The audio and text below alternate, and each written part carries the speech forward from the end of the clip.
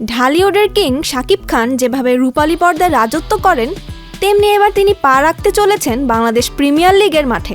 তার প্রতিষ্ঠান remark Harland কিনতে যাচ্ছে ঢাকার ফ্র্যাঞ্চাইজি।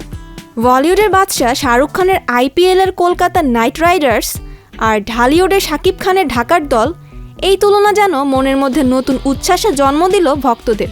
শাকিব খানের দীর্ঘদিনের স্বপ্ন ছিল নিজের নামে একদিন বিপিএলের দল থাকবে। এবার সেই স্বপ্ন পূরণ হতে যাচ্ছে। তার কোম্পানির নামে এবার মাঠে লড়বে ঢাকা ফ্র্যাঞ্চাইজি। বাংলাদেশ ক্রিকেট বোর্ডের সূত্র নিশ্চিত করেছে সব আনুষ্ঠানিকতা সম্পন্ন হয়েছে এবং শাকিবের প্রতিষ্ঠান রিমার্ক হারল্যান্ড এই নতুন মালিকানা পেতে যাচ্ছে।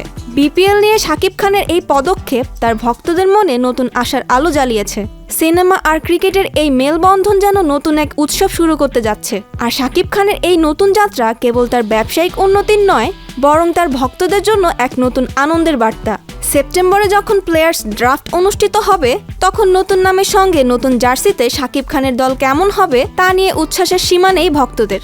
বিপিএল মাঠে গড়ানোর অপেক্ষা এই উন্মাদনা যেন দিন দিন বাড়তেই থাকবে। আর সেই দিন যখন এসে পৌঁছাবে, তখন হয়তো ঢালিউডের সুপারস্টারের হাত ধরেই ঢাকার মাঠে উড়বে বিজয়ের পতাকা।